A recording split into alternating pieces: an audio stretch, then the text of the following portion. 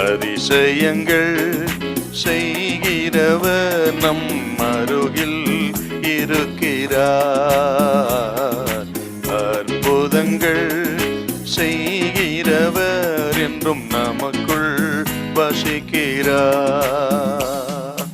1 Samuel 17:47. கர்த்தர் பட்டயத்தினாலும் ஈட்டினாலும் ரட்சிக்கவர் அல்ல என்று இந்த ஜனக்கூட்டமெல்லாம் அறிந்து கொள்ளும். யுத்தம் கர்த்தருடையது, அவர் உங்களை எங்கள் கையில் ஒப்பு கொடுப்பார் என்றான். யுத்தம் கர்த்தருடையது.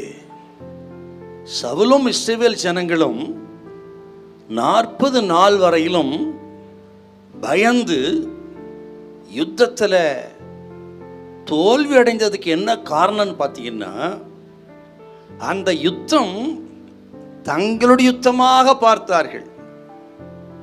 ஆகவே தான் கோலியத்தை பார்த்தார்கள், பெலிஸ்தரை பார்த்து நடுங்கினார்கள். அவன் இளம் பிராயம் முதற்கொண்டு யுத்த புருஷன்.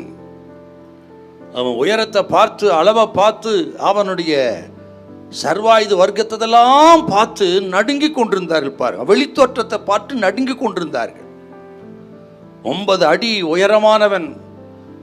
அவனுடைய அந்த சர்வாயுத வர்க்கத்துடைய எடை 125 பவுண்டு, ஈட்டி மொத்தம் 15 பவுண்டு என்று அவனுடைய தோற்றம், சர்வாயுத வர்க்கங்கள், அவன் அறிந்திருந்ததான அந்த வஸ்திரம், ஈட்டி, பட்டை, இதெல்லாம் கணக்கு போட்டு இந்த யுத்தம் தங்களுடைய யுத்தம், தங்களுக்கும் கோலியாத்துக்கு நடக்கிற யுத்தமாக பார்த்தார்கள்.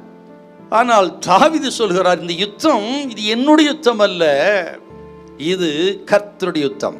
தாவீது இந்த விசுவாச வார்த்தைகளை சொல்ல வைத்து இந்த பார்வைத்தான் அந்த யுத்தத்தில் வெற்றி வருவதற்கு காரணமே இந்த பார்வை, இந்த விசுவாச அறிக்கை தான்.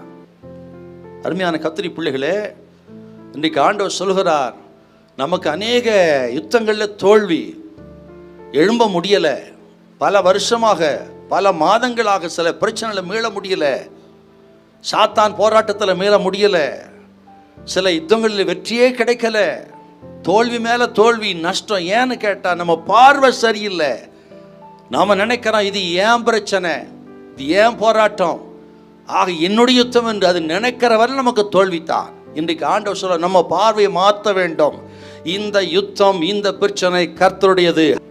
அது எந்த பிரச்சனையாக இருக்கட்டும், கடன் பிரச்சனையோ, வியாதியோ, போராட்டமோ, வேலை இல்லையோ, ஆக இனம் புரியாத கலக்கமோ, பில்லி சுனி கட்டுகளோ, சாத்தான் நிமித்தம் உண்டாகிறதான போராட்டங்களோ, எதுவாக இருக்கட்டும், இன்றைக்கு நான் அந்த பிரச்சனை கர்த்தர்கத்தை ஒப்பு கொடுத்து இது கர்த்தருடைய யுத்தம் என்று சொல்லுவோம்.